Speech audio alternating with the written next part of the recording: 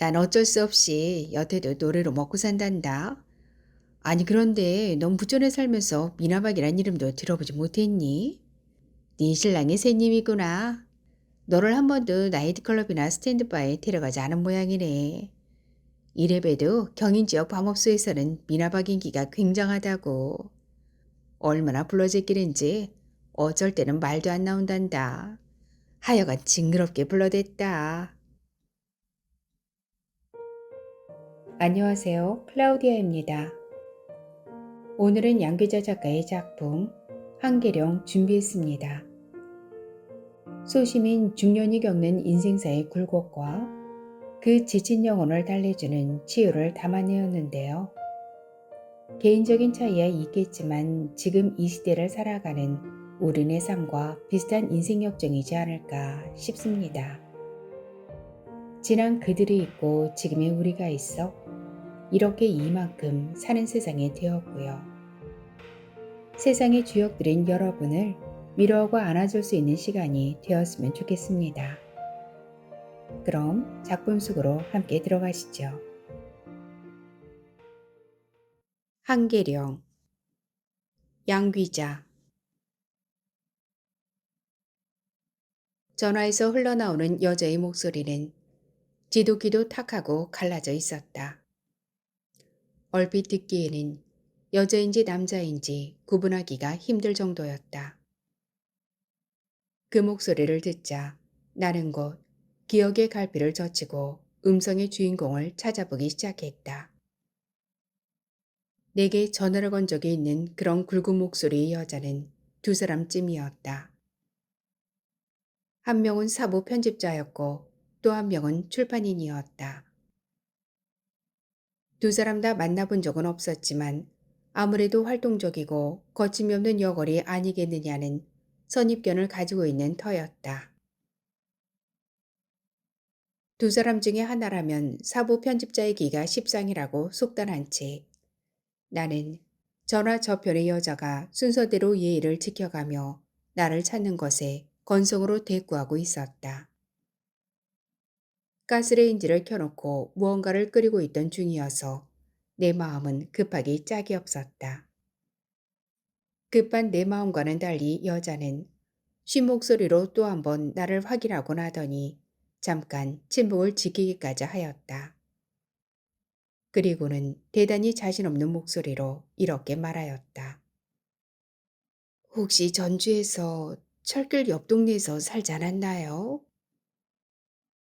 수필이거나 꽁트거나 뭐 그런 종류의 청딱 전하려니 여기고 있던 내게는 뜻밖의 질문이었다.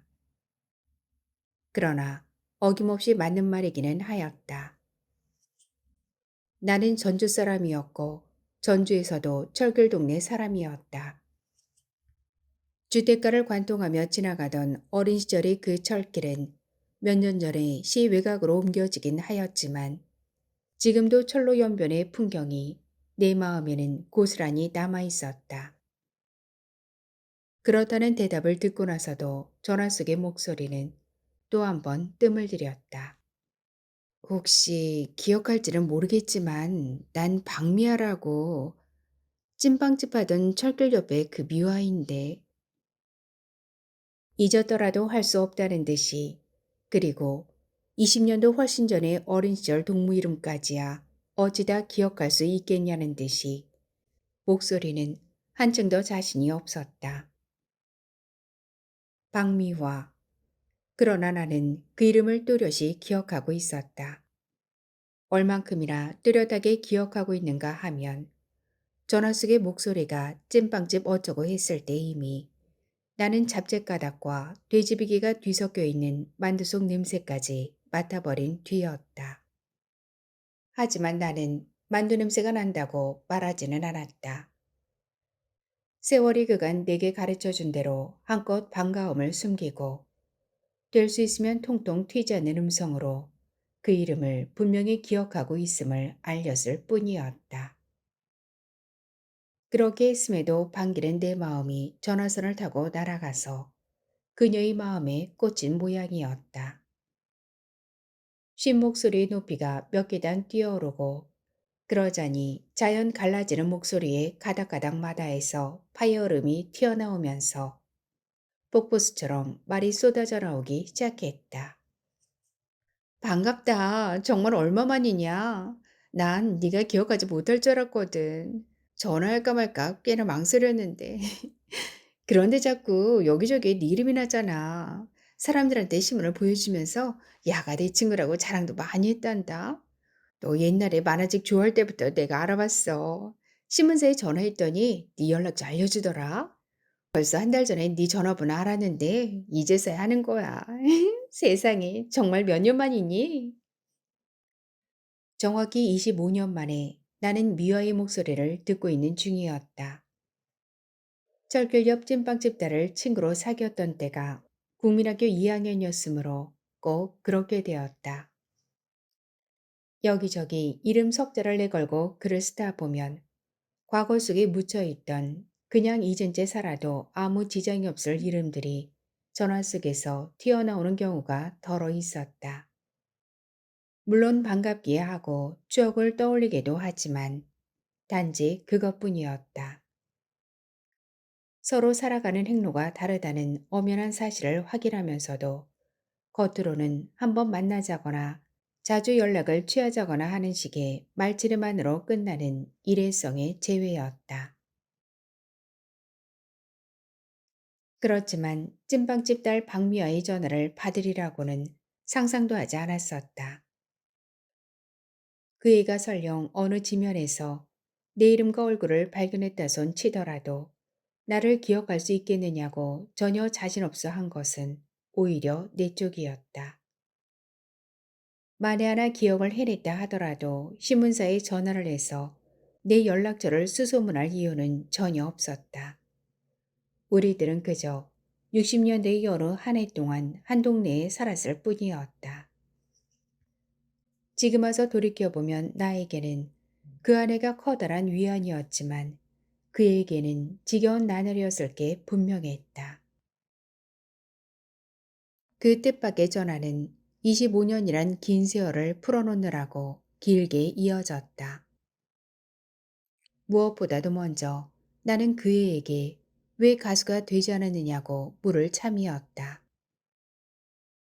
검은 상처의 블루스를 너만큼 잘 부르는 사람은 아직 보지 못했노라고 말해주고 싶었다. 하지만 좀처럼 말할 기회가 주어지지 않았다.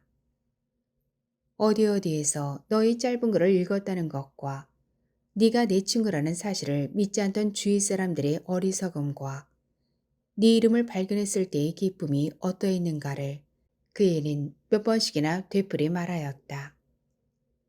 그런 이야기 끝에 미화가 먼저 자신의 직업을 밝혔다.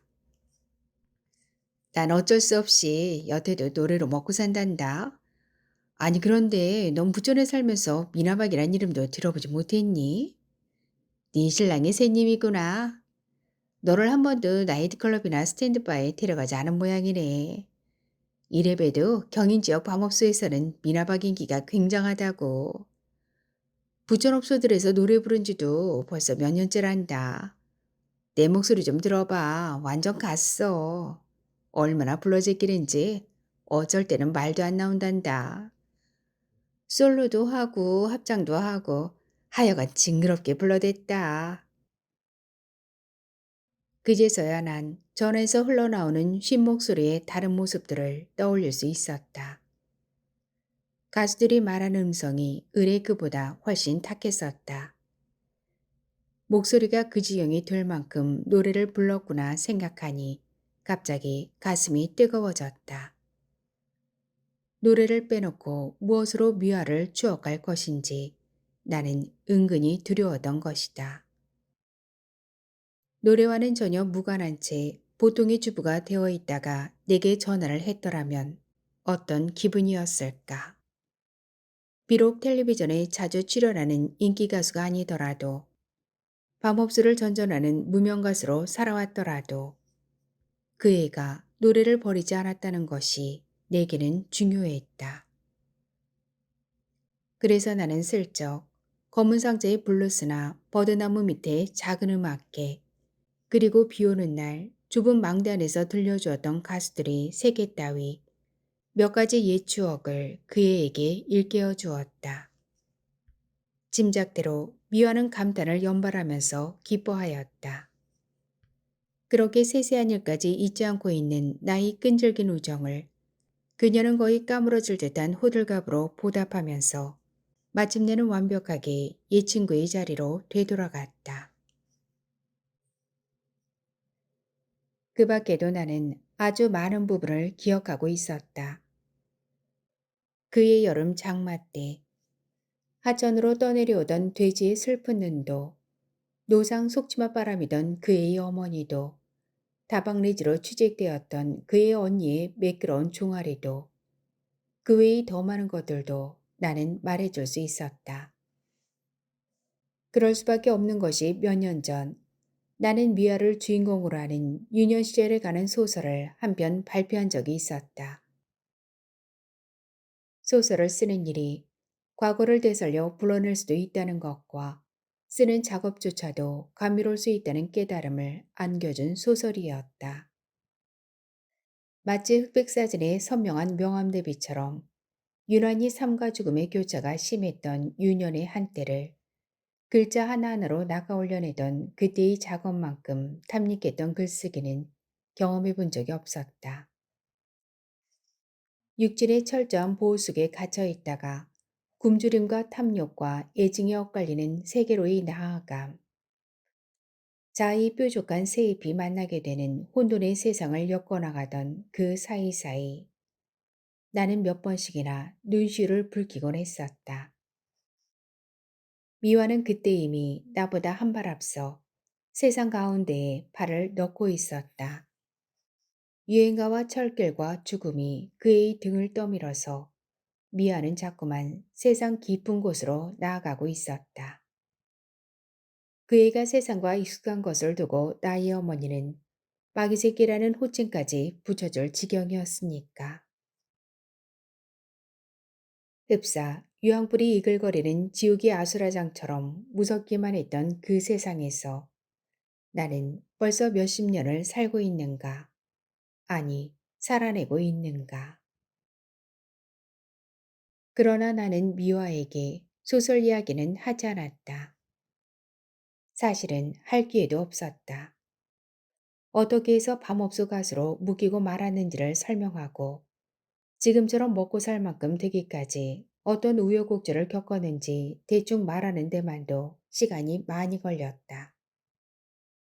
나는 고작해야 몇십 년 전에 텔레비전 전국 노래자랑에 출전하지 않았느냐고 그런 말을 들은 적이 있다는 것만 알려줄 수 있었을 뿐이었다. 맞아. 그때 장려상인가 받았거든. 그리고 작곡가 선생님이 취업시켜준다길래 부지런히 쫓아다녔는데 미천이 있어야 곡을 받지. 아까 전주 관광호텔 나이트클럽에서 잠깐 노래 부른 적이 있다고 했지? 그때가 20살이었어. 돈 좀 마련해서 취입하려고 거기서 노래 부른 거라고. 그러다 영영 밤무대 가수가 되고 말았어. 아무튼 우리 만나자. 보고 싶어 죽겠다. 니네 오빠들은 다 뭐해? 참, 니네 큰오빠 성공했다는 소식은 옛날에 들었지. 암튼 장해. 넌 어때? 아, 빨리 만나고 싶다. 응? 전화로는 아무래도 25년을 다 풀어놓을 수가 없다는 듯이 미화는 만나기를 재촉했다. 거절할 수도 없는 것이 매일 밤 바로 부천의 어느 나이트클럽에서 노래를 한다는 것이었다. 그녀의 무대는 밤 8시에 한 번, 그리고 10시에 또 한 번 있었으므로 나는 9시쯤에 시간 약속을 해서 나가야 했다. 작가라서 점잖은 척 해야 한다면 다른 장소에서 만날 수도 있다고 그녀는 말했다. 그래놓고도 작가라면 술집 답사 정도는 예사가 아니겠느냐고 제법 나를 부추기기도 하였다. 물론 나 역시 미아를 만나고 싶었다. 그러나 당장 오늘이나 내일로 시간을 정하라는 그녀의 성화에는 따를 수 없었다. 밤 9시면 잠자리에 들어야 할 딸도 있었고 그 딸이 잠든 뒤에는 오늘이나 내일까지 꼭 써놓아야 할 산문이 두 개나 있었다. 25년이나 만나지 않았는데 하루나 이틀 늦어진다고 무엇이 잘못되겠느냐. 매일 밤 부천에서 노래를 부른다면 기어이 만날 수는 있지 않겠느냐고 말을 했더니 미아는 갑자기 펄쩍 뛰었다. 오늘이 수요일이지. 이번 주 일요일까지면 계약 끝이야. 당분간은 부천뿐 아니라 경인 지역 밤호수 못 뛴단 말이야. 어쩌다 보니 돈을 좀 모았거든. 찐빵집 딸이 성공해서 신사동에다 카페 하나 개업한다니까. 보름 후에 오픈이야. 이번 주 일 아니면 언제 만나겠니? 넌 내가 안 보고 싶어? 아휴, 궁금해 죽겠다. 일단 한번 보자. 얼굴이라도 보게 잠깐 나갔다가 들어가면 되잖아. 너네 집이 원미동이랬지? 야, 걸어와도 되겠다. 그 옛날 전주로 치면 우리 집서 오거리까지도 안 되는데 뭘. 그때 맨날 뛰어서 거기까지 놀러 갔었잖아. 넌 내가 보고 싶지도 않아? 라고 소리치는 미화의 신목소리가 또 한 번 내 가슴을 뜨겁게 하였다. 그 닷새 중에 어느 하루 밤 9시에 꼭 가겠노라고 약속을 한 뒤에서야 우리는 비로소 그 긴 전화를 끊었다. 수화기를 내려놓으면서 나도 모르는 사이에 긴 한숨이 흘러나왔다. 25년을 넘나드느라고 나는 지쳐 있었다. 그리고 현실로 돌아왔을 때 그제서야 나는 가스레인지의 푸른 불꽃과 끓고 있던 냄비가 생각났다. 황급히 달려가 봤을 때는 벌써 냄비 속의 내용물이 바삭바삭한 채로 변해버린 뒤였다. 이상한 일이었다. 난데없는 미화의 전화가 아니더라도 나는 요즘 들어 줄곧 그 시절의 고향 풍경을 떠올리고 있었다. 하필 이런 때에 불현듯 그 시절의 미화가 나타난 것이었다. 고향에 대한 잦은 상념은 아마도 그곳에서 들려오는 큰오빠의 소식 때문일 것이었다. 때로는 동생이, 때로는 어머니가 전해주는 이야기들은 어떤 가족의 삶에서나 다 그렇듯이 미주알 고주얼, 시작부터 끝까지가 장황했지만 뜻은 매양 같았다. 항상 꿋꿋하기가 대나무 같고 매사에 빈틈이 없어 도무지 어렵기만 하던 큰오빠가 조금씩 조금씩 허물어지고 있다는 것이었다. 처음에는 큰오빠의 말수가 점점 줄어들고 있다는 소식이 고작이었다. 자식들도 대학을 다닐 만큼 다 컸고 흰머리도 꽤 생겨났으니 늙어가는 모습 중에 하나일 것이라고 식구들은 그렇게 여겼을 뿐이었다. 그때가 작년 봄이었을 것이다. 술이 들어가기 전에는 거의 온종일 말을 잊은 채 어디 먼 곳만을 쳐다보고 있는 날이 잦다고 어머니의 근심 어린 전화가 가끔씩 걸려왔었다. 건강이 좋지 않아 절제해 오던 술이 폭음으로 늘어난 것은 그 다음부터였다.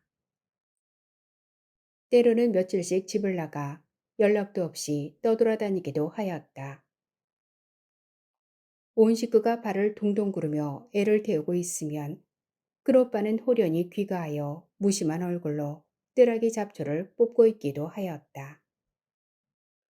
그렇게 열심히 매달려 있던 사업도 저만큼 던져놓은 채 그는 우두망찰 먼 곳의 어딘가에 시선을 붙박아두고 있는 사람처럼 보였다. 어머니는 그런 큰오빠를 설명하면서 곧잘 진이 다 빠져버린 것 같아 라고 말하였다. 동생은 또 큰오빠의 뒷모습을 보면 눈물이 핑 돌 만큼 애달다고 말하였다. 아닌 게 아니라 저나 저별의 어머니도 진이 빠진 목소리였고 동생 또한 목매인 음성이곤 하였다. 그것은 마치 믿고 있던 뚝이 이곳저곳에서 물이 새고 있다는 보고를 듣는 것처럼 나에게도 허망한 느낌을 불러일으켰다. 그렇지 않아도 세상살이에 올고지 못함에 부딪혀 오던 나날이었다. 나는 자연, 튼튼하고 믿음직스러웠던 원래의 뚝을 그리워하지 않을 수 없었다. 이제는 결코 젊다고 할 수 없는 나이의 그가, 더욱이 몇 년 전의 대수술로 건강마저 염려스러운 그가 겪고 있는 상심의 정체를 나는 알 것도 같았다. 아니, 정녕 모를 일인 것처럼 여겨지기도 하였다. 그를 짓누르고 있던 장남의 멍에가 벗겨진 것은 겨우 몇 해 전이었다. 아버지가 없었어도 우리 형제들은 장남의 어깨를 밟고 무사히 한 몫의 사람으로 커올 수 있었다. 우리들이 그의 어깨의 등에 매달려 있던 때 그는 늠름하고 서슬퍼런 장수처럼 보였었다. 미아도 알 것이었다. 내 큰오빠가 얼마나 멋졌던가를. 흡사 증인이 되어주기나 하려는 듯 호련히 나타난 미화를, 그의 쉰 목소리를 상기하면서 나는 문득 마음이 편안해졌다. 그러나 그날 밤에도 다음 날 밤에도 나는 미어가 노래를 부르는 클럽에 가지 않았다. 그렇다고 그의 전화를 잊은 것은 절대 아니었다. 잊기는커녕 틈만 나면 나는 철길 동네의 풍경 속으로 걸어 들어가곤 했다. 멀리는 기린봉이 보이고 오목대까지 두 줄로 달려가던 레일 위로는 햇살이 눈부시게 반짝이며 미끄러지곤 했었다. 먼지 앉은 잡초와 시궁창물로 채워져 있던 하천을 건너면 곧바로 나타나던 역의 저탄장. 하천은 역의 서쪽으로도 뻗어 있었고 그곳의 뚝방 동네는 홍등가여서 대낮에도 짙은 화장의 여인네들이 뚝길을 서성이곤 했었다. 동네에서 우리 집은 아들 부잣집으로 일컬어졌었다. 장대 같은 아들이 내리 다섯이었다. 그리고 순서를 맞춰 밑으로 딸들이 더 있었다. 먹는 입이 많아서 어머니는 겨울김장을 두 접씩 하고도 떨어질까봐 노상 걱정이었다. 둥근상에 모여 앉아 머리를 맞대고 숟가락질을 하다 보면 동작 내린 사람은 나중에 맨밥을 먹어야 했다.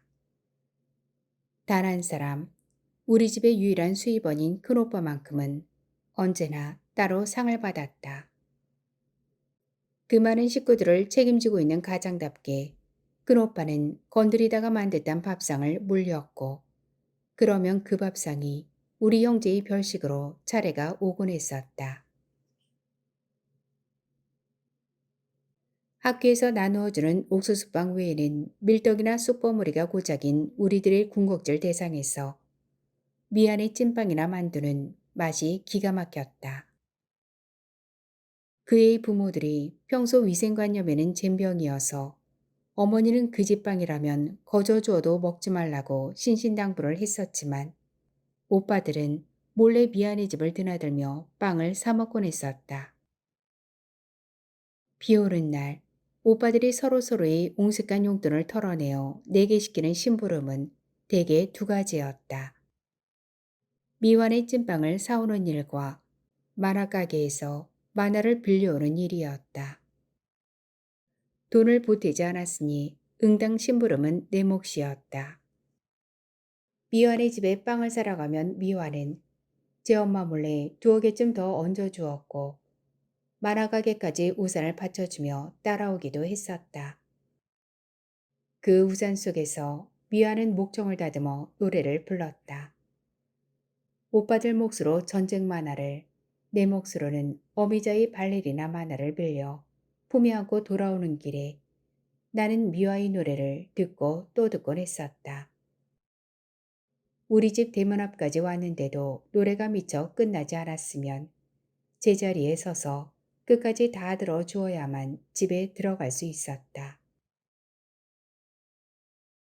사는 모양새야 우리 집보다 더 옹색하고 구질구질한 미완애였지만 그래도 그 애는 잔돈폰을 늘 지니고 있어서 우리 또래 아이들 중에서는 제일 부자였다.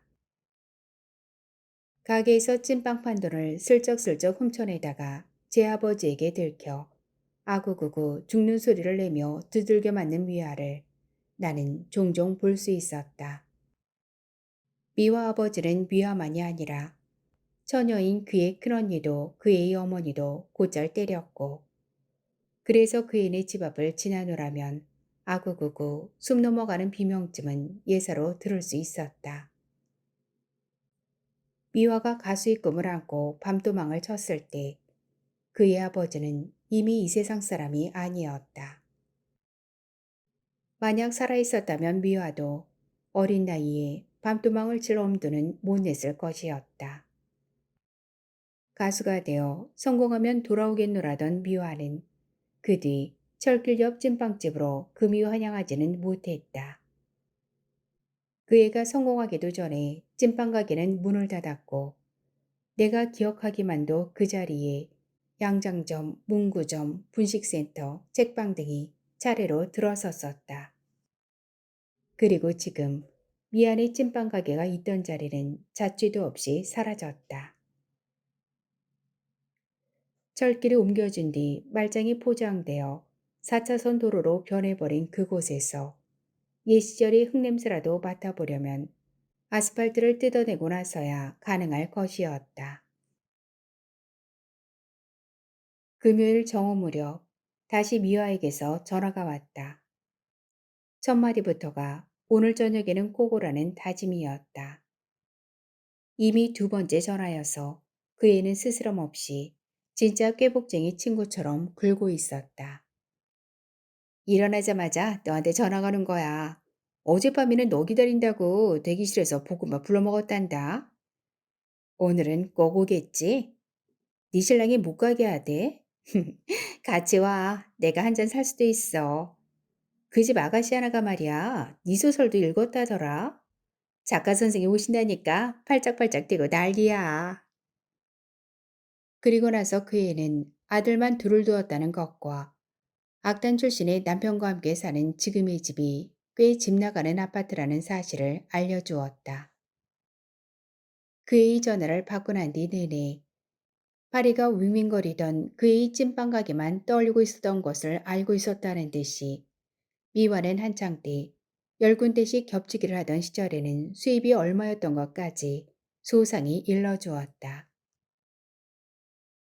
그 애가 잘 살고 있다는 것은 어쨌든 기분 좋은 일이었다. 그래봤자 얼마나 부자일까 마는. 여태까지도 돼지비계 섞인 만두속 같은 퀴퀴한 냄새를 풍기고 있다면 얼마나 막막한 삶일 것인가. 오늘 꼭 와야 된다. 니네 자가용 있지? 잠깐 몰고 나오면. 뭐라고? 돈 벌어다 어디 쌓아두니? 유명한 작가가 자가용도 없어서야 체면이 서냐? 암튼 택시라도 타고 휙 왔다가 기다린다. 그 애는 제멋대로 나를 유명한 작가로 만들어 놓았다. 그리곤 자가용이 없다는 내 말에 미화는 혀까지 끌끌 찼다. 짐작하건대 그 애는 나의 경제적 주의를 다시 가늠해보기 시작했을 것이었다. 미화는 그만큼 확신을 가지고 자가용이 있느냐고 물었으니까. 어쩌면 그 애는 스스로가 오너 드라이버란 사실을 말하고 있는 건지도 몰랐다. 미화는 내가 과거의 찐빵집 딸로만 자기를 기억하고 있는 것을 몹시 안타깝게 여기고 있었다. 얼마나 달라졌는가를, 지금은 어떤 계층으로 솟구쳤는가를 설명하는 쉰 목소리는 무척 진지하였다. 만나기만 한다면야 그의 달라진 현실을 확실히 알 수가 있을 것이었다.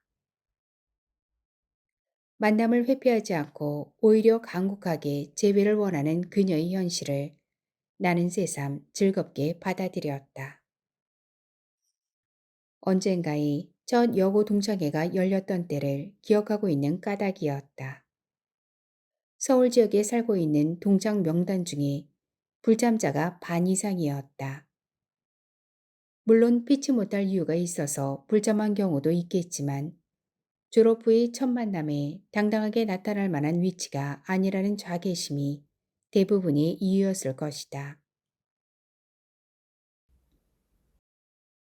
미화의 전화가 있고 난 뒤 곧바로 전주에서 시외 전화가 걸려왔다. 고춧가루는 떨어지지 않았느냐, 된장 항아리는 매일 곁에 열어두고 있느냐 등을 묻는, 자식의 안부보다는 자식의 밑반찬 안부를 주로 묻는 친정어머니의 전화였다. 나는 어머니에게 미화의 소식을 전했다. 이름은 언뜻 기억하지 못했어도 찐빵집 딸이라니까 얼른 박센딸 하고 받으시는데 목소리에 기운이 없었다.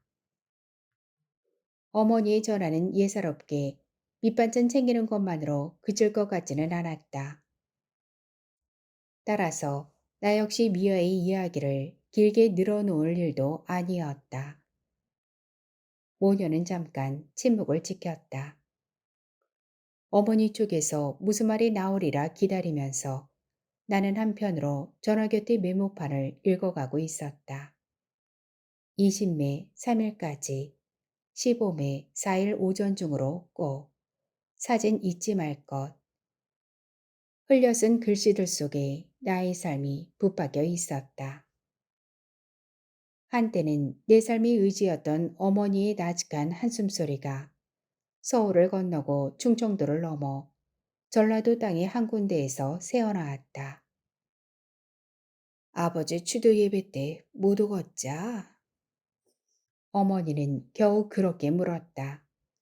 노상 바쁘다니까. 이제는 자식의 삶을 지휘할 수 없다는 것을 잘 아니까. 어머니는 5월이 가까워 오면 늘 이렇게 묻는다. 그러나 오늘의 전화는 그것만도 아닐 것이다. 나는 잘 알고 있었다. 어젯밤에도 큰오빠는 어머니 치마폭에 그 쇳조각 같은 한탄과 허망한 세월을 털어놓으며 몸이 못 버텨주는 술기운으로 괴로워하며 그 두 사람이 같이 뛰었던 과거의 행로들을 추억하자고 졸랐을 것이다. 어려웠던 시절의 뼈아픈 고생담을 이야기하면서 춥고 긴 겨울밤을 뜬 눈으로 지새며 앞날을 걱정했던 그 시절의 암담함을 일일이 들추어가면서 큰오빠는 낙로도 서슴지 않았으리라. 어머니는 그런 큰아들 때문에 가슴이 미어지도록 슬펐을 것이다. 그렇지만 나는 끝내 입을 열지 않았다. 네 큰오빠 어제 산수 갔더란다. 죽은 지 30년이 다 돼가는 산수는 뭐하려고 쫓아갔었는지. 땅속에 묻힌 술꾼애비랑 청전명을 다 비우고 왔어야. 큰오빠가 공동묘지에 묻혀있던 아버지를 당신의 고향 땅에 모신 것도 벌써 오래전의 일이었다. 추석날이면 나는 다섯 오빠 뒤를 따라 시의 끝에 누인 공동묘지를 찾아가곤 했었다. 큰오빠는 줄줄이 따라오는 동생들의 대여를 단속하면서 간혹 니네들 아버지 산소 찾아낼 수 있어? 하곤 묻곤 했었다. 대열 중에서는 아무 대답도 나오지 않았다. 찾을 수 있거나 찾지 못하거나 간에 큰형 앞에서는 피식 멋쩍 끼우는 것이 대화의 전부인 오빠들이었다. 똑같은 크기의 봉분들이 산 전체를 빽빽하게 뒤덮고 있는 공동묘지에 들어서면 큰오빠는 한 번도 멈추지 않고 단숨에 아버지가 누운 자리를 찾아냈다. 세월이 흐르고 하나씩 집을 떠나는 형제들 때문에 성묘 행렬에 구멍이 생기기 시작하던 무렵 큰오빠는 아버지 묘의 이장을 서둘렀었다. 지금에 와서는 단 한 번도 형제들 모두가 아버지 산소를 찾아간 적은 없었다. 산다는 일은 언제나 도련한 변명으로 울타리를 치는 것에 다름 아니니까. 1년에 한 번 딸기가 그물을 때 맞게 되는 아버지의 추도식만은 온 식구가 다 모이도록 되어 있었다. 그 유일한 만남조차도 때때로 구멍난 자리를 내보이곤 하였지만 박센딸은 웬일로? 전화를 끊으려다 말고 어머니는 가까스로 미화에 대한 호기심을 나타냈다.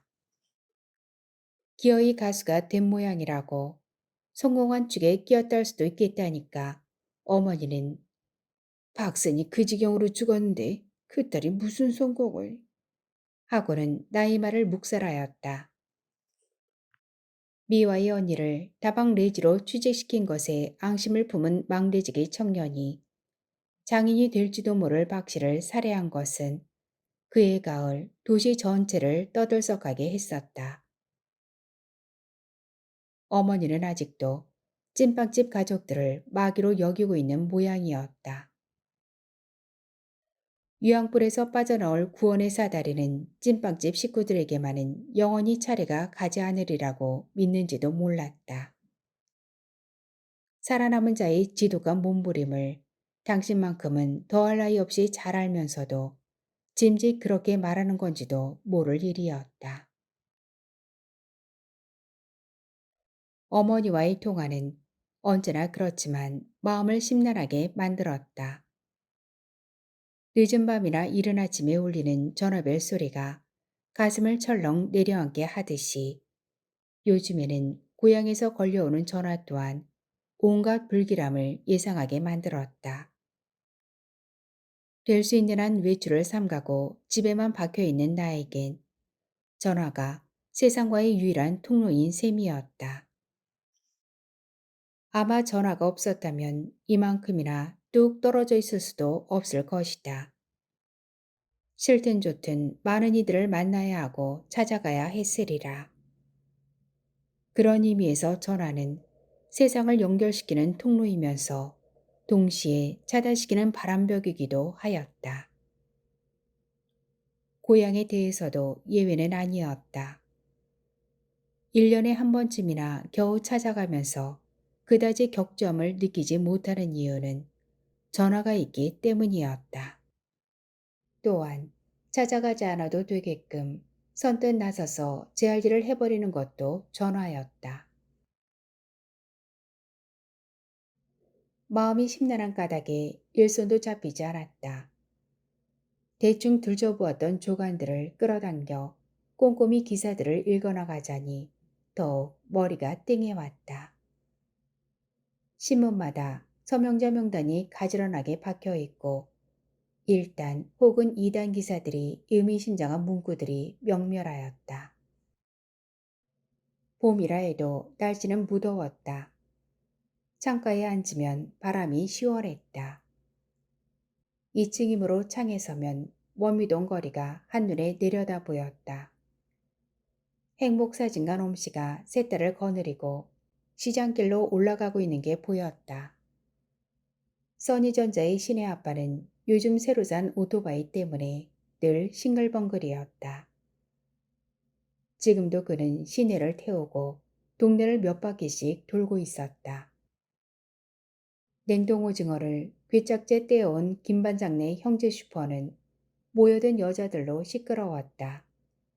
김반장이 구성진 너스레에 누가 안 넘어갈 것인가. 오늘 저녁 원미동 사람들은 모두 오징어 요리를 먹게 될 모양이었다. 그들이 아니더라도 거리는 소란스럽기 짝이 없었다. 부천시 원미동이 고향이 될 어린아이들이 훗날 이 거리를 떠올리며 위안받을 꼬마치들이 쉴 새 없이 소리 지르고 울어대고 달려가고 있었다. 얼마를 그렇게 창가에 있었지만 쓰다만 원고를 붙잡고 씨름할 기분은 도무지 생겨나지 않았다. 이제 다시 전화벨이 울린다면 그것은 분명코 저 원고를 챙겨가야 할 충실한 편집자의 전화일 것이 분명했다. 그럼에도 불구하고 나는 불현듯 책꽂이로 달려가 창작집 속에 끼어있는 유년의 기록을 들추었다. 그 소설은 낮잠에서 깨어나 등교 시간인 줄 알고 신발을 거꾸로 깨어 신은 채 달려가는 이야기로부터 시작되고 있었다. 눈물주머니를 달고 살았던 그때, 턱없이 세상을 무서워하면서 또한 끝도 없이 세상을 믿었던 그때의 이야기들은 매번 새롭게 읽혀지고 나를 위안했다. 소설 쓰는 것을 업으로 삼는 자가 자기가 쓴 소설을 읽으며 위안을 받는다는 사실을 어떻게 설명해야 할지 모른다.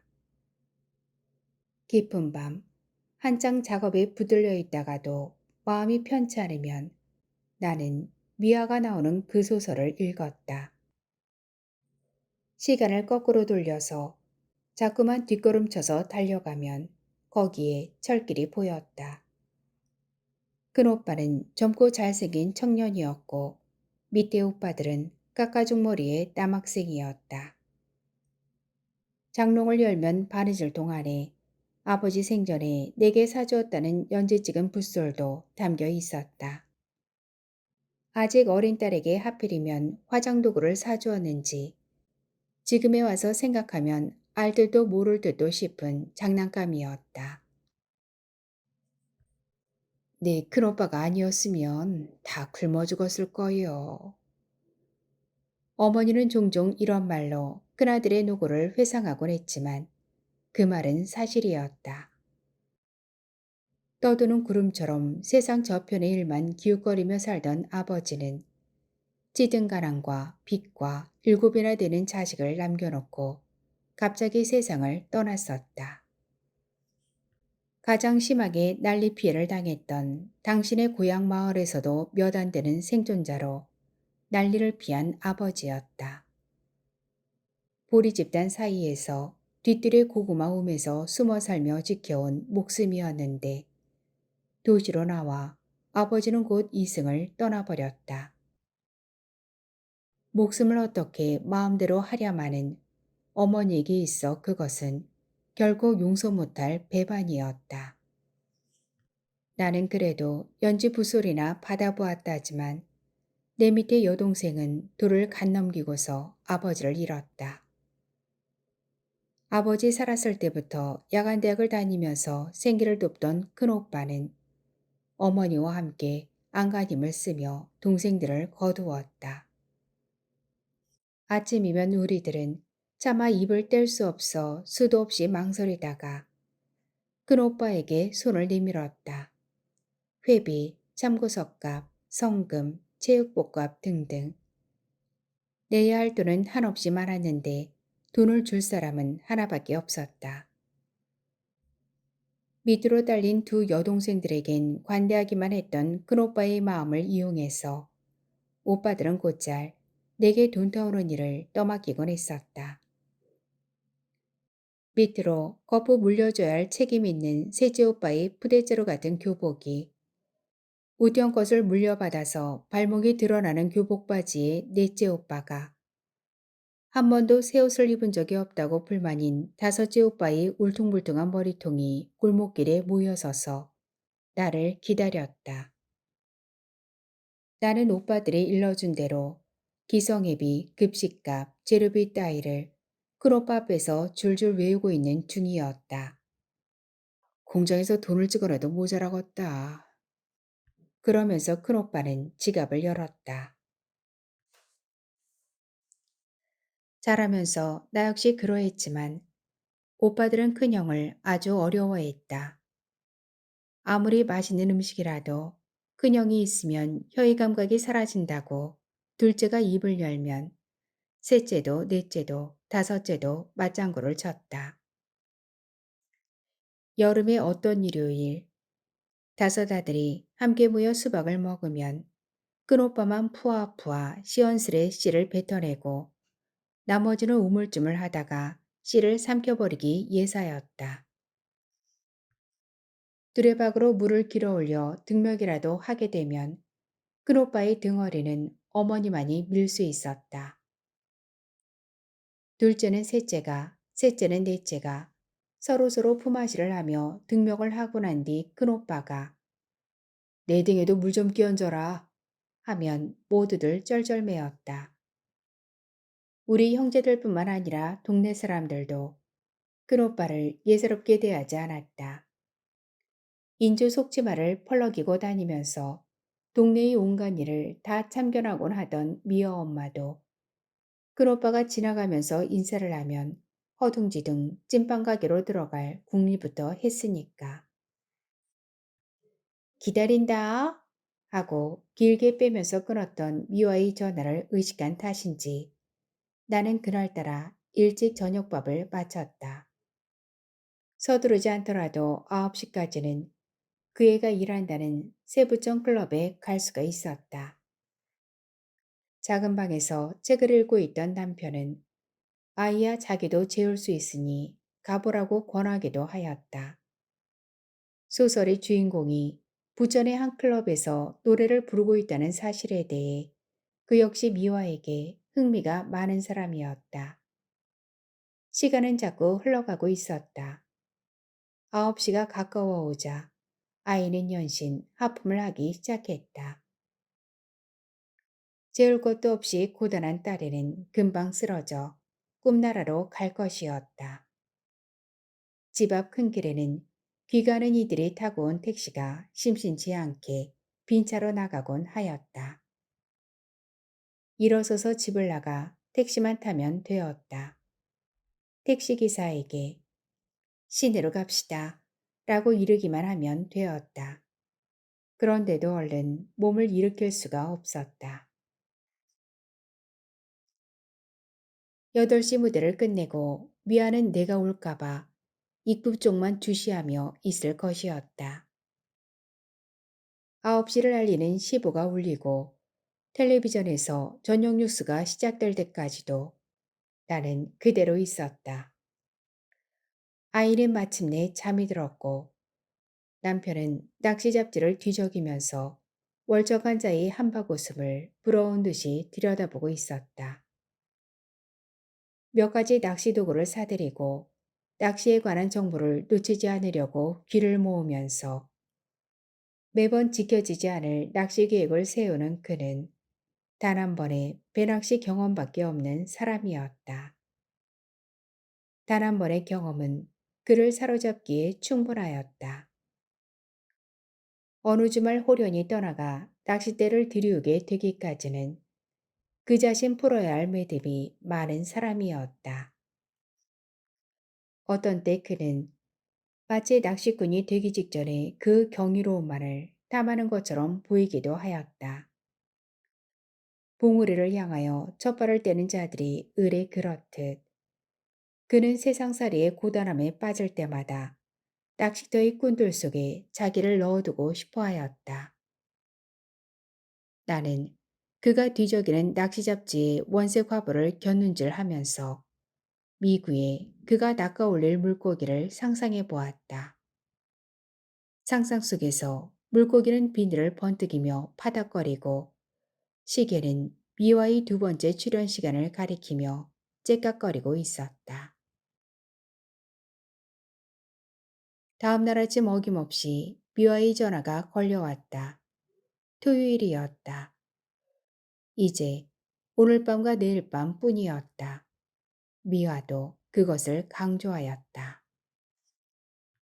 설마 안 올 작정은 아니겠지? 고향 친구 한번 만나보려니까 되게 힘드네.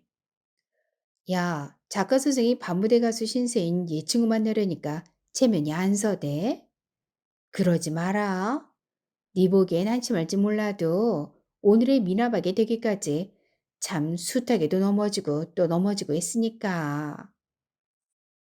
그렇게 말할 만도 하였다.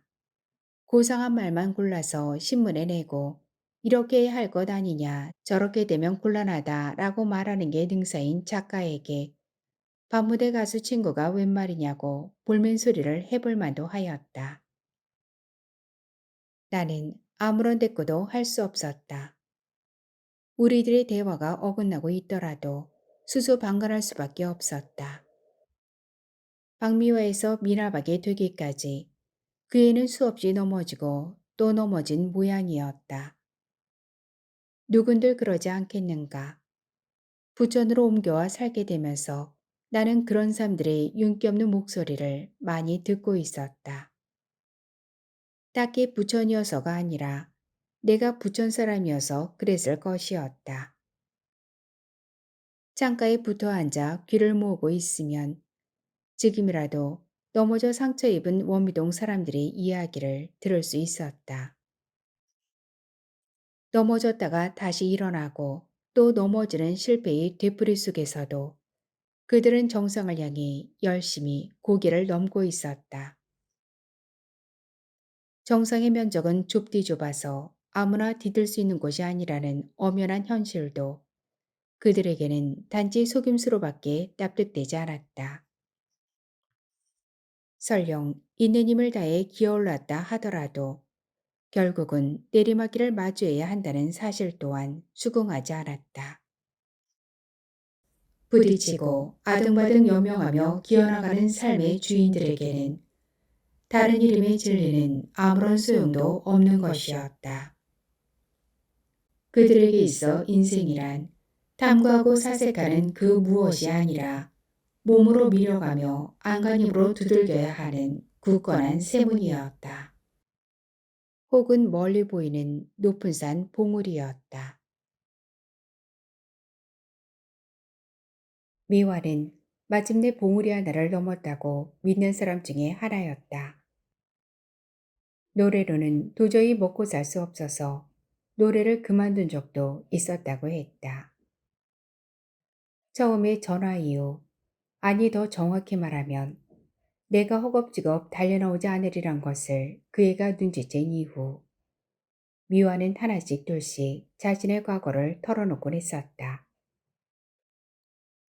싸구려 흥행단에 끼어 일본 공연을 갔던 적이 있었는데 돌아오지 않을 작정으로 마지막 공연 날 단체에서 이탈해 무작정 낯선 타국 땅을 헤맨 경험도 있다는 말은 두 번째 전화에서 들었던가.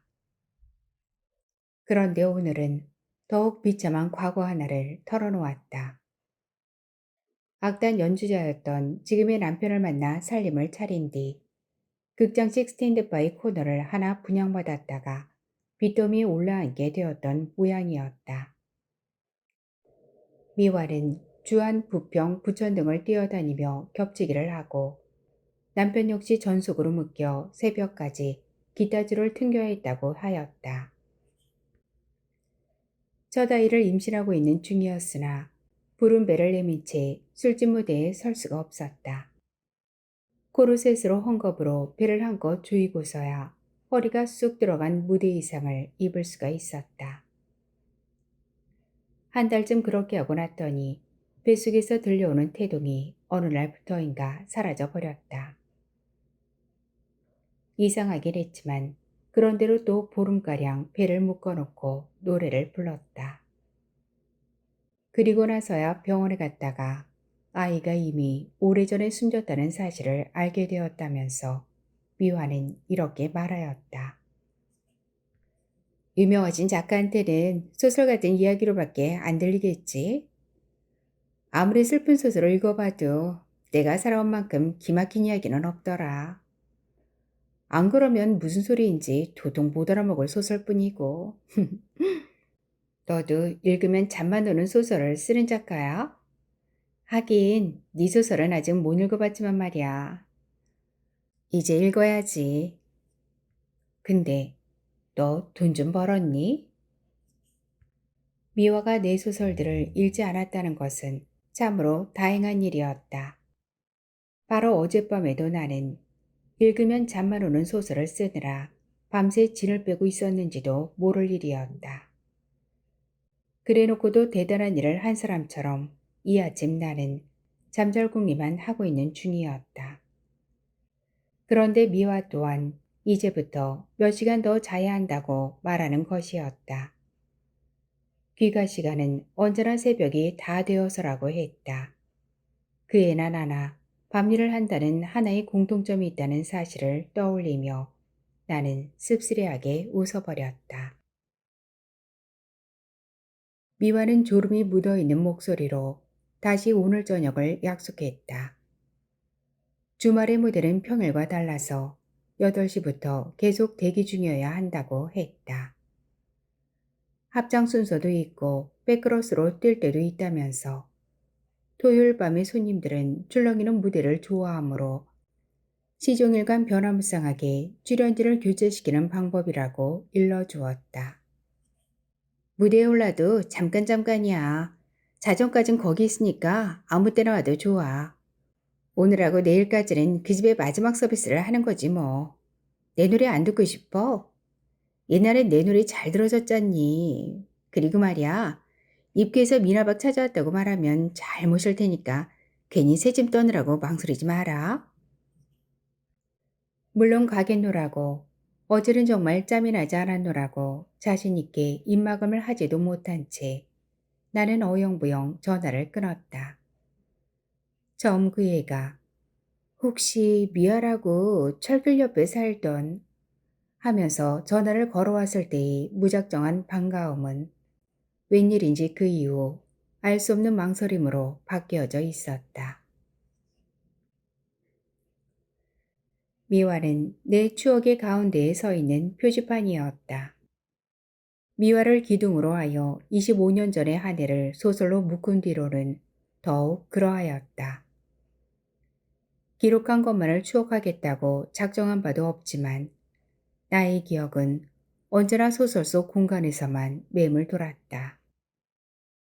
1년에 한 번 아버지 취도식에 참석하기 위해 고속버스를 타고 전주에 갈 때마다 표지판 아니면 언뜻 알아볼 수 없을 만큼 달라져 있는 고향의 모습이 내게는 낯설기만 하였다.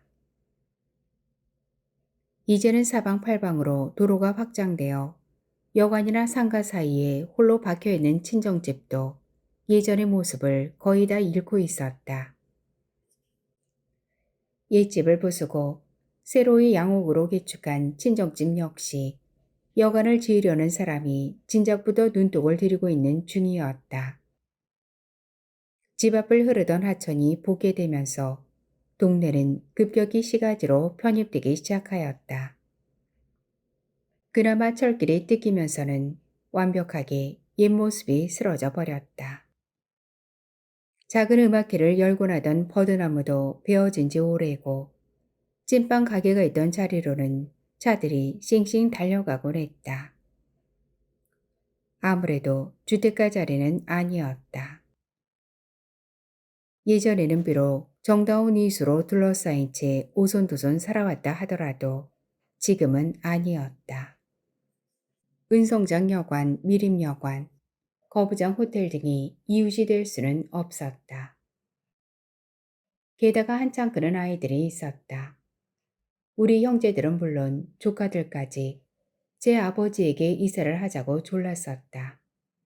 하지만 큰오빠는 좀째 집을 팔 생각을 굳히지 못하였다. 집을 팔라는 성화가 거세면 거셀수록 그는 오히려 집수리에 돈을 들이곤 하였다. 그 동네에서 마지막까지 버티고 있는 유일한 사람이 바로 큰오빠였다. 1년에 한 번씩 타인의 낯선 얼굴을 확인하러 고향 동네에 가는 일은 쓸쓸함 뿐이었다. 이제는 그 쓸쓸함조차도 내 것으로 남지 않게 될 것이었다. 누구라 해도 다시는 고향으로 돌아가지 못할 것이었다. 고향은 지나간 시간 속에 있을 뿐이니까. 누구는 동구밖의 느티나무로, 갯마을의 짠냄새로, 동네를 끼고 흐르는 긴 강으로 고향을 확인하며 산다고 했다. 내게 남은 마지막 표지판은 미아인 셈이었다. 보이는 것들은 그롯바까지도 다 변하였지만 상상 속의 미화는 언제나 같은 모습이었다.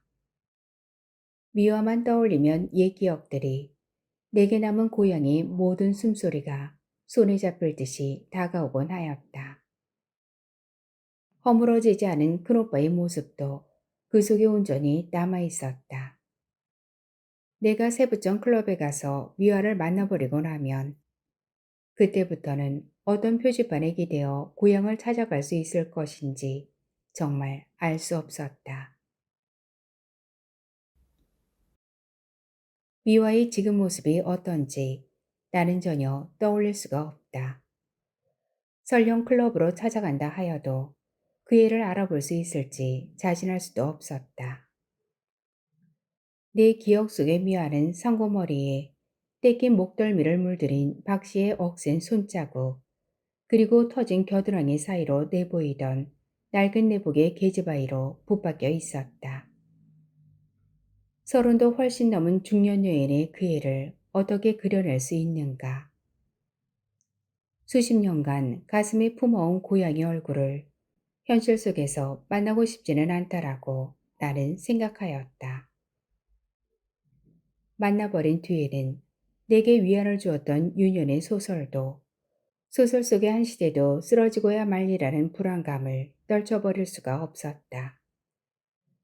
그렇다 하더라도 이미 현실로 나타난 미화를 외면할 수 있을는지 그것만큼은 풀 수 없는 숙제로 남겨둔 채 토요일 밤을 나는 원미동 내 집에서 보내고 말았다. 일요일 낮 동안 나는 전화 곁을 떠나지 못하였다. 이제 미연은 가시도진 음성으로 나의 무심함을 탓할 것이었다. 그녀의 질책을 나는 고스란히 받아들일 작정이었다. 나는 그 애가 던져올 말들을 하나하나 상상해 보면서 전화를 기다렸다. 오전에는 그러나 한 번도 전화벨이 울리지 않았다. 일요일은 언제나 그랬다. 약속을 못 지킨 원고가 있더라도 일요일에까지 전화를 걸어 독촉해올 편집자는 없었다. 전화벨이 울린다면 그것은 분명 미화라고 나는 생각하였다. 오후가 되어서 이윽고 전화벨이 울렸다. 그러나 수화기에선 쉰목소리 대신 귀에 익은 동생의 목소리가 흘러나왔다. 고향에서 들려오는 살부치의 음성은 모든 불길한 예감을 젖히고 우선 반가웠다. 여동생이 전하는 소식은 역시 큰오빠에 관한 우울한 사파들 뿐이었다. 마침내 집을 팔기로 하고 계약서에 도장을 찍었다는 것과 한 달 남은 아버지 추도 예배는 마지막으로 그 집에서 올리기로 했다는 이야기였다. 계약서에 도장을 찍은 것은 어제였는데 큰오빠는 종일토록 홀로 술을 마셨다고 했다. 집을 팔기 원했으나 지금은 큰오빠의 마음이 정처없을 때라서 식구들 모두 조마조마한 심정이라고 동생은 말하였다. 집을 팔았다고는 하지만 훨씬 좋은 집으로 옮길 수 있는 힘이 큰오빠에게 있으므로 걱정할 일은 아니었다. 하지만 큰오빠는 어제 종일토록 홀로 술을 마셨다고 했다. 나도 그리고 동생도 걱정하지 않을 수 없을 만큼. 이번 추도 예배는 한 사람이라도 빠지면 안 되겠어. 내가 오빠들한테 모두 전화할 거야. 그렇지 않아도 큰오빠 요새 너무 약해졌어. 아, 여간수만 되지 않았어도 그 집 안 팔았을 텐데. 독간 소주를 얼마나 마셨는지 오늘 아침엔 일어나지도 못했대. 좋은 술 다 놓아두고 왜 하필 소주야? 정말 모르겠어. 전화나 한번 해봐. 그리고 추도식 때 꼭 내려와야 해. 너무들 무심하게 사는 것 같아. 1년가에 한 번이나 만날까. 큰오빠도 그게 섭섭한 모양이야. 그 집에서 동생들을 거두었고 또한 자식들을 길러냈던 큰오빠였다. 그의 생애 중 가장 중요했던 부분이 거기에 스며 있었다. 큰오빠는 신화를 창조하며 여섯 동생을 가르쳤던 큰오빠는 이미 한 시대의 의미를 잃은 사람이 되고 말았다. 25년 전에는 젊고 잘생긴 청년이었던 그가 벌써 50살의 나이로 늙어가고 있었다. 25년을 지내오면서 우리 형제 중 한 사람은 땅 위에서 사라졌다. 목숨을 버린 일로 큰오빠를 배신했던 셋째 말고는 모두들 큰오빠의 신하를 가꾸며 살고 있었다. 여태도 큰형을 어려워하는 둘째 오빠는 큰오빠의 사업을 돕는 오른팔의 역할을 묵묵히 수행하면서 한편으로는 화해의 일가견을 이루고 있었다. 내과 전문의로 개업하고 있는 넷째 오빠도 행정고시에 합격하여 고급 공무원이 된 공부벌레 다섯째 오빠도 큰오빠의 신하를 저버리지 않았다. 고향의 어머니나 큰오빠가 보기에는 거짓말을 능수능란하게 지어낼 뿐인 책만 깨고 살더니 가끔 굴줄이나 지는가 보다는 나 또한 궤도 이탈자는 결코 아닌 셈이다. 아버지가 세상을 떼던 고작 1살이었던 내 여동생은 벌써 두 아이의 엄마가 되어 음악 선생으로 일하고 있는 중이었다. 그러나 정작 큰오빠 스스로가 자신이 그려놓은 신화에 발이 묶이고 말았다. 공장에서 돈을 찍어내서라도 동생들을 책임져야 했던 시절에는 우리들이 그의 목표였다. 새로운 사업을 시작할 때마다 실패할 수 없도록 이를 악물게 했던 힘은 그가 거느린 대가족의 생계였었다. 하지만 지금은 동생들이 모두 자립을 하였다. 돈도 벌 만큼 벌었다. 한때 그가 그렇게 했듯이 동생들 또한 젊고 탱탱한 활력으로 사회 속에서 뛰어가고 있었다. 저들이 두 발로 달릴 수 있게 된 것은 누구 때문인가 라고는 묻고 싶지 않지만 노쇠해 가는 삶의 깊은 구멍은 큰오빠를 무너지게 하였다. 몇 년 전에 대수술로 겨우 목숨을 건진 이후부터는 눈에 띄게 큰오빠의 삶이 흔들거렸었다. 이것도 해선 안 되고 저것도 위험하며 이러저러한 일은 금하여라 라는 생명의 금칙이 큰오빠를 옥죄었다. 열심히 뛰어 도달해 보니 기다리는 것은 허망한 뿐이더라는 그의 잦은 한탄을 전해 들을 때마다 나는 큰오빠가 잃은 것이 무엇인가를 생각해 보지 않을 수 없었다. 내가 수없이 유년의 기록을 들추면서 위안을 받듯이 그 또한 끊임없이 과거의 페이지를 넘기며 현실을 잊고 싶어 하는지도 모를 일이었다. 그러면서 한 발자국 한 발자국씩 이 시대에서 멀어지는 연습을 하는지도. 머지않아 여관으로 변해버릴 집을 둘러보며 집과 함께 온 자신의 삶을 안주삼아 쓴스를 들이켜는 큰오빠의 텅 빈 가슴을 생각하면 무력한 내 자신이 안타까웠다. 아버지 산소에 불쑥불쑥 찾아가서 죽은 자와 함께 한 병의 술을 비우는 큰오빠의 마음을 알 수 있을 것도 같았다. 한 인간의 뼈저린 고독은 살아있는 자들 중 누구도 도울 수 없다는 것. 오직 땅에 묻힌 자만이 받아줄 수 있다는 것은 의미심장하였다.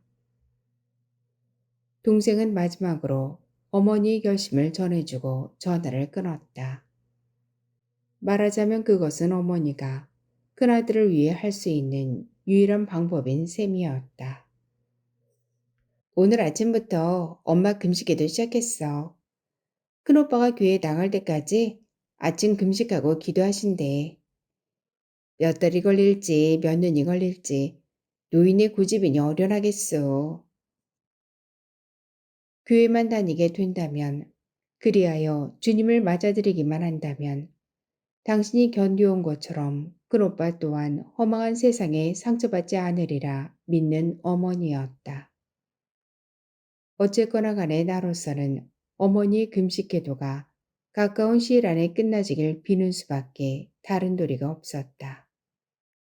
동생이 전화를 받고 난 다음 나는 달력을 넘겨서 추도식 날짜에 붉은 동그라미를 2개 둘러놓았다. 오후가 겨웁도록 미아에게서는 아무런 연락도 없었다. 지난밤에도 나타나지 않은 옛 친구를 더 이상은 아른지 않겠다고 다짐한 것은 아닌지 슬그머니 걱정이 되기도 하였다. 오늘 밤의 마지막 기회까지 놓쳐버리면 영영 그의 노래를 듣지 못하리라는 생각도 나를 조조롭게 하였다. 그 애가 나를 애타게 부르는 것에 답하는 마음으로라도 노래만 듣고 돌아올 수는 없을까 궁리를 하기도 했다. 진달래가 흐드러지게 피었더라고. 연초록 잎사귀들이 얼마나 보기 좋은지 가만히 있어도 연초록물이 들 것 같더라고. 남편은 원미선을 다녀와서 한껏 봄 소식을 전하는 중이었다. 원미동 어디에서나 쳐다볼 수 있는 길다란 능선들 모두가 원미산이었다. 창으로 내다보아도 얼룩진 붉은 꽃무더기가 금방 눈에 띄었다. 진달래꽃을 보기 위해서는 꼭 산에까지 가야만 된다는 법은 없었다. 나는 딸의 몫으로 사준 만원경을 꺼내어 초점을 맞추었다. 원미사는 금방 저만큼 앞으로 걸어와 있었다. 진달래는 만원경의 렌즈 속에서 흐드러지게 피어났고 새순들이 돋아난 산자락은 푸른 융단처럼 부드러웠다. 그 다음에 그가 길어온 약수를 한껏 마시면 원미산에 들어갔다 나온 자나 집에서 만원경으로 원미산을 살핀 자나 다를 게 없었다. 만원경으로 원미산을 보듯 먼 곳에서 미화의 노래만 듣고 돌아온다면 마침내 나는 일요일 밤에 펼쳐질 미나박의 마지막 무대를 놓치지 않겠다고 작정하였다. 검은 상자의 블루스를 다시 듣게 된다면 더 이상 바랄 게 없겠지만 미나박의 레퍼토리가 어떤 건지는 짐작할 수 없었다. 미루어 추측하건대 그런 무대에서는 흘러간 가요가 아니겠느냐는 게 짐작의 전부였다. 그렇다 하더라도 내 귀가 괴로울 까닭은 없었다. 나는 이미 그런 노래들을 좋아하고 있었다. 얼마 전 택시에서 흘러나오는 끝도 없이 이어지는 트로트 가요와 메들리가 그렇게 듣기 좋을 수가 없었다. 부천역에서 원미동까지 오는 동안만 듣고 말기에는 너무 아쉬웠다. 그래서 나는 택시기사에게 노래 테이프의 제목까지 물어두었다.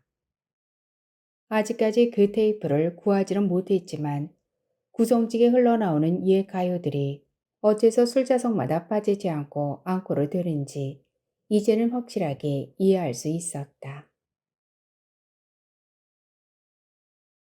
세부천 나이트클럽은 의외로 2층에 있었다. 막연히 지하의 음습한 어둠을 상상하고 있었던 나는 입구의 화려하고 밝은 조명이 낯설고 계면적었다.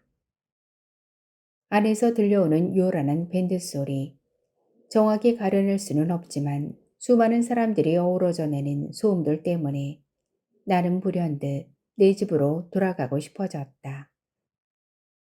이런 줄도 모르고 아까 집 앞에서 짐을 보 주씨에게 좋은 데 간다고 대답했던 게 우스웠다. 가게 밖에 진열해 놓은 벽지들을 안으로 들이던 주씨가 늦은 시각이 외출이 놀랍다는 얼굴로 물었었다. 봄철 장사가 꽤 재미있는 모양. 요새는 얼굴 보기 힘든 주씨였다. 한겨울만 빼고는 언제나 무릎까지 닿는 반바지 차림인 주씨 이마에 땀이 번들거리고 있었다. 가죽문을 밀치고 나오는 취객들의 이마에도 땀이 번들거리는 것을 나는 보았다. 계단을 내려가는 취객들이 어지러운 발자국 소리를 세고 있다가 나는 조심스럽게 가죽문을 밀고 안으로 들어섰다. 기대했던 대로 호라는 한껏 어두웠다. 살그머니 들어온 탓인지 치용이 도도한 호란의 사람들 가운데 나를 주목한 이는 한 사람도 없었다. 구석에 몸을 숨기고 서서 나는 무대를 쳐다보았다. 이제 막 여가수 한 사람이 스포트라이트를 받으며 등장하는 중이었다. 미화의 순서는 끝난 것인지 지금 등장한 여가수가 바로 미화인지 나로서는 전혀 알 도리가 없었다. 내가 서 있는 자리에서 무대까지는 꽤 먼 거리였고 색색의 조명은 여가수의 윤곽을 어지럽게 만들어 놓기만 하였다. 짙은 화장과 늘어뜨린 머리는 여가수의 나이조차 어림할 수 없게 하였다. 25년 전의 미어 얼굴이 어땠는가를 생각해 보려 했었지만 내 머릿속은 캄캄하기만 하였다. 노래를 들으면 혹시 알아차릴 수도 있을 것 같아 나는 긴장 속에서 여가수의 입을 지켜보았다. 서서히 음악이 흘러나오기 시작했다. 악단의 반주는 암울하였으며 느리고 장중하였다. 이제까지 들떠있던 무대 분위기는 일시에 사라지고 오직 무거운 빛깔의 음악만이 좌중을 사로잡았다. 그리고 탁 트인 음성의 노래가 여가수의 붉은 입술에서 흘러나오기 시작하였다. 저사는 내게 오지 마라 오지 마라 하고 발 아래 젖은 계곡 첩첩산 중 가수의 깊고 그윽한 노랫소리가 홀의 구석구석으로 스며들면서 대신 악단의 반주는 점차 희미해져 갔다. 나는 자신도 모르게 한 걸음 앞으로 나가서 노래를 맞아들이고 있었다. 무언지 모를 아득한 느낌이 내 등허리를 훑어내리고 팔뚝으로 번개처럼 소름이 돋아났다. 나는 오싹 몸을 떨면서 또 한 걸음 앞으로 나갔다. 가수는 호흡을 한껏 조절하면서 눈을 감은 채 노래를 이어가고 있었다.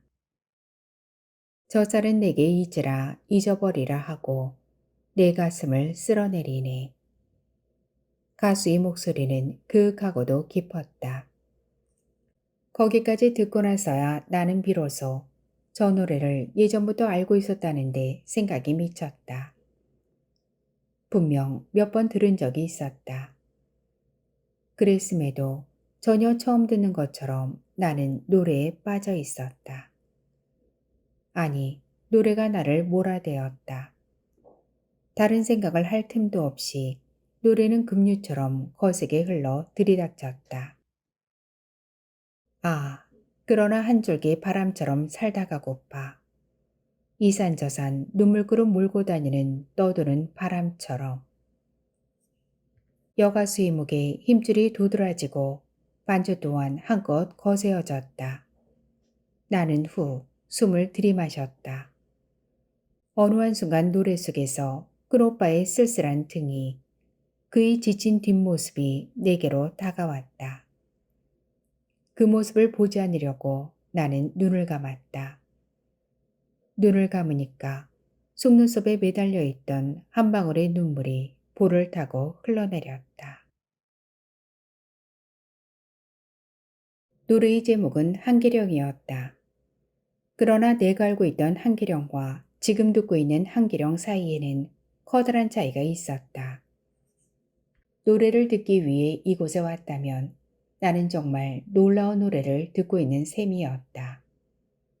무대 위에서 혼신의 힘을 다해 노래를 부르는 저 여가수가 미아 아닌 다른 사람일지라도 상관없는 일이었다. 나는 온몸으로 노래를 들었고 여가수는 한순간도 나를 놓아주지 않았다. 발밑으로 땅 밑으로 저 깊은 지하의 어딘가로 불꽃을 튕기는 전류가 자꾸 쏟아져 내리는 것 같았다. 질퍽하게 취하여 흔들거리고 있는 테이블의 취객들을 나는 눈물 어린 시선으로 어루만졌다. 그들에게도 잊어버려야 할 시간들이 한 줄기 바람처럼 살고 싶은 순간들이 있을 것이었다. 어디 큰오빠뿐이겠는가. 나는 다시 한번 목이 메었다. 그때 나비넥타이의 사례가 내 앞을 가로막고 정중하게 고개를 숙였다. 테이블로 안내 드릴까요? 웨이터의 말대로 나는 내가 앉아야 할 테이블이 어딘가를 생각했다. 그리고는 막막한 심정으로 뒤를 돌아다 보았다. 뒤는 내가 돌아본 그 뒤는 조명이 닿지 않는 컴컴한 공간일 뿐이었다. 아마도 거기에는 습기 차고 얼룩진 벽이 있을 것이었다. 나는 웨이터에게 무언가를 말하려고 하였다. 하지만 아무런 말도 나오지 않았다. 저사는 내게 내려가라 내려가라 하니 지친 내 어깨를 떠미네. 더듬거리고 있는 내 앞으로 한계령의 마지막 가사가 밀물처럼 몰려오고 있었다. 집에 돌아와서야 나는 내가 만난 그 여가수가 미아라는 것을 확신하였다. 넘어지고 또 넘어지고 많이도 넘어져가며 그 애는 미나박이 되었지 않은가. 울며 울며 산등성이를 타오르는 그 애. 잊어버리려고 달래는 봉우리. 지친 어깨를 떨구고 발 아래 첩첩산중을 내려다보는 그 막막함을 노래 부른 자가 미워였다는 것을 그제서야 깨달은 것이었다. 그날 밤 나는 꿈속에서 노래를 만났다. 노래를 만나는 꿈을 꿀 수도 있다는 사실을 그 밤에 나는 처음 알았다. 노래 속에서 또한 나는 어두운 잿빛 하늘 아래의 황량한 산을 오르고 있는 한 무리의 사람들도 만났다. 그들은 모두 지쳐 있었고 제각기 무거운 짐꾸러미를 어깨에 메고 있었다. 짐꾸러미 무게에 짓눌려 등은 휘어졌는데 고갯마루는 가파르고 해쳐야 할 잡목은 억세기만 하였다. 목을 축일 셈도 없고 다리를 쉴 수 있는 풀밭도 보이지 않는 거친 숲에서 그들은 오직 무거운 발자국만 앞으로 앞으로 옮길 뿐이었다. 그들 속에 나의 형제도 있었다. 큰오빠는 앞장을 섰고 오빠들은 뒤를 따랐다.